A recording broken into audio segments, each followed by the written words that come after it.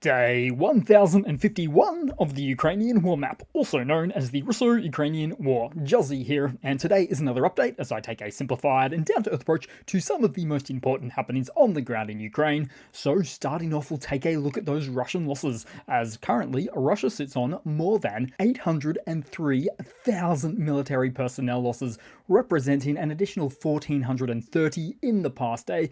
Then as for hardware losses, 17 tanks, 16 APVs, and 36 artillery. Then headed on the map to Russia, where in a powerful display of offensive UAV capabilities, Ukrainian drones targeted an oil depot in Engels of Russia's Saratov Oblast just 2 nights ago, a location which is 600 kilometers from the front lines. The attack struck the Kombinat Crystal facility, a critical supply point for the Engels 2 military airbase, and a base of which has been instrumental in Russia's strategic aviation operations, including missile strikes on Ukrainian cities. Local authorities have declared a state of emergency for the region as the fire rages on, consuming multiple fuel tanks. Eyewitness reports describe the situation as burning out of control, quote-unquote, with explosions continuing to erupt from the storage facility. But what's more, this incident marks the second consecutive day of attacks, with the initial strikes igniting a fierce blaze that firefighters had struggled to contain. Then overnight again, reports of more one-way AFU UAV attacks, adding fuel to the fire, in some ways quite literally,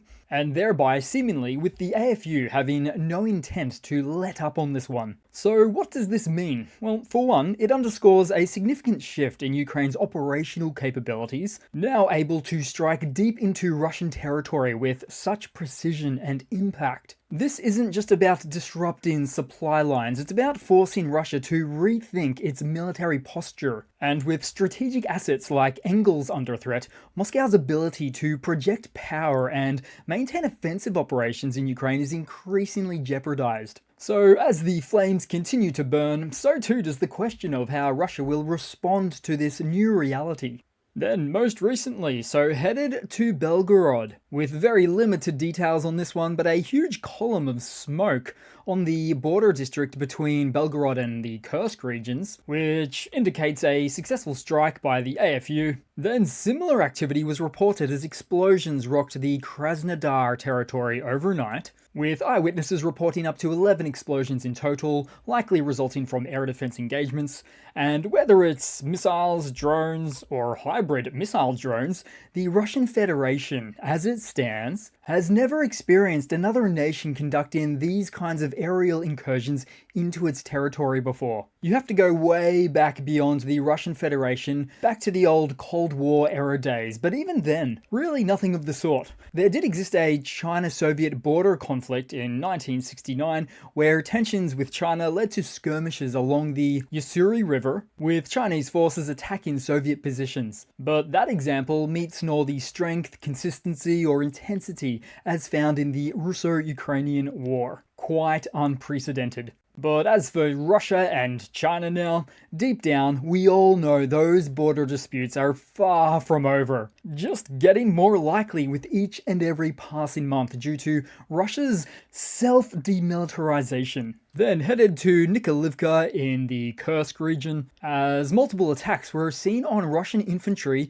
as performed by Ukraine's 95th Zhytomyr paratroopers. Many were found quite vulnerable in open fields, with very little in the way of armored vehicles to support them. Oh, and also, more information has come to bear from the earlier stages and earlier hours of Ukraine's renewed push into Kursk, with these examples showing the AFU's Special Operations Forces FPV attacks working on Russian columns on the western Kursk flank on January 5. Then also for this region, back to the present, as Ukrainian tank crews from the 17th Heavy Mechanized Brigade are on the offensive engaging Russian infantry in the region, with actions heating up. Literally, once again, with the Ukrainian tank appearing to decimate those Russian positions. Then also, Kursk-related, Special Operations Forces have revealed a translated excerpt from the notes of Private Jong, a North Korean soldier shedding light on his alleged misconduct during operations,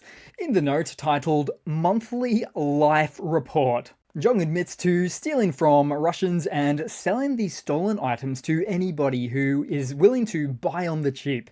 Probably a lot of Ruskies. While the specific items remain undisclosed, the confession suggests his actions were discovered and could have had some serious consequences for himself. And it also seems that North Koreans are reportedly finding their way into the local markets, albeit the black markets, as they begin to establish their presence in the area. Then headed to the Ukrainian map, where Russian forces continued limited ground attacks northeast of Kharkiv city near Vovchansk, although from this seemingly renewed activity there was no confirmed advances. Then headed down the map into the Donbass, into Donetsk more specifically, as the armed forces of Ukraine carried out a precision strike on the command post of Russia's 8th Guards Combined Arms Army in the location of Kursk, with the HQ some 60 to 70 kilometers back from the front lines. Then in Zaporizhia, an interesting one, we saw the destroyed Russian BTRD armoured personnel carrier effectively bursting into flames, an event whereby it was identified, targeted, and then struck, even in the case of this partial underground protective design. Not to mention its drone-protecting wooden hut, which clearly wasn't enough to save this sitting duck. Then also, we saw some Russian footage of a destroyed vehicle. Looks repairable at the beginning, but only goes downhill from there. The Russian narrating behind the camera clearly not enthusiastic about the SMO, as he goes on to state that this is what goes on in the war, and if anyone desires to come, then you're more than welcome to. Now, it was difficult at first to get a make on this vehicle, given the condition that it's in, but as it turns out, it's one model newer than the post-World War II Gaz 69, with this one being the 1971 upgrade, the Gaz 469. Then also in the east, a Russian Izdaili 51, aka a Lancet loitering munition, was intercepted by FPV. And in that spirit, we saw the launch recently of the Ukrainian anti-Shahed FPV drone called the Sting, as produced by the Wild Hornets group, and a platform of which able to perform vertical takeoff and landing, also able to engage in full horizontal flight, allowing for it to reach an altitude of up to 10,000 feet and speeds of above 180 kilometers an hour, or about 112 miles per hour, which is the typical cruising speed of the Shahed drones that they hunt. Additionally, in this case, cam footage shows not so much a vertical takeoff, but a vertical drop from what is very likely a stationary drone hive, where they get released after they pick up the call pertaining to close proximity Shaheds. And so a design like this was once to be part of the future of a multi-layered air defense network, but the future is now, where Ukraine is perhaps the leader in this field globally, and certainly the only one with such a wide range of real combat experience of this type. You see, as a country, Ukraine is likely to play a critical long-term role in the future of global security. In fact, had Ukraine laid down their arms and allowed themselves to be subsumed by the Russian Federation, then that would mean that Russia is all of a sudden bordering Poland, Slovakia,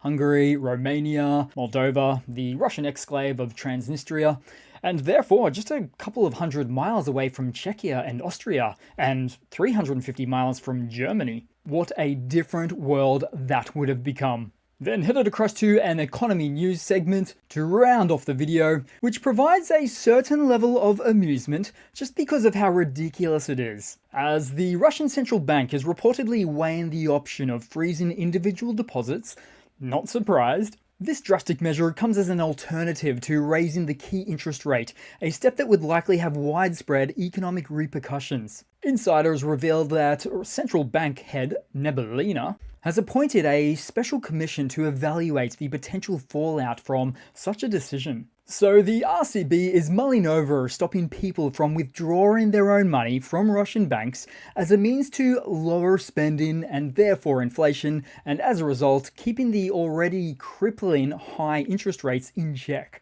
At least that's the theory. But this could take a devastating turn, as this action could undermine the trust in their whole banking system. And if or whenever people get some access to their money, you'd see a massive bank run. Also, of course, freezing deposits stops people from spending money. But spending is what keeps businesses alive. No one's buying, companies can't pay workers, leading to layoffs, bankruptcies, an entire domino effect where the economy could grind to a halt. Then, of course, there's the issue of the whole public backlash and unrest thing, surely a concern as well. So it's the government trying to solve its financial problems by passing the pain to ordinary people, which is odd considering Russian media is always cramming down their viewers' throats that the continuation of a Putin presidency is needed for stability. Stability. It's been 25 years of Putin in power, culminating in their government seriously considering taking away citizens' money. That's a quarter century of Putin prosperity right there. So that's it for today, guys. Thanks again for watching. Please continue to like, comment, subscribe, and I do hope to see all of you guys, each and every one of you, there in the next one. Cheers!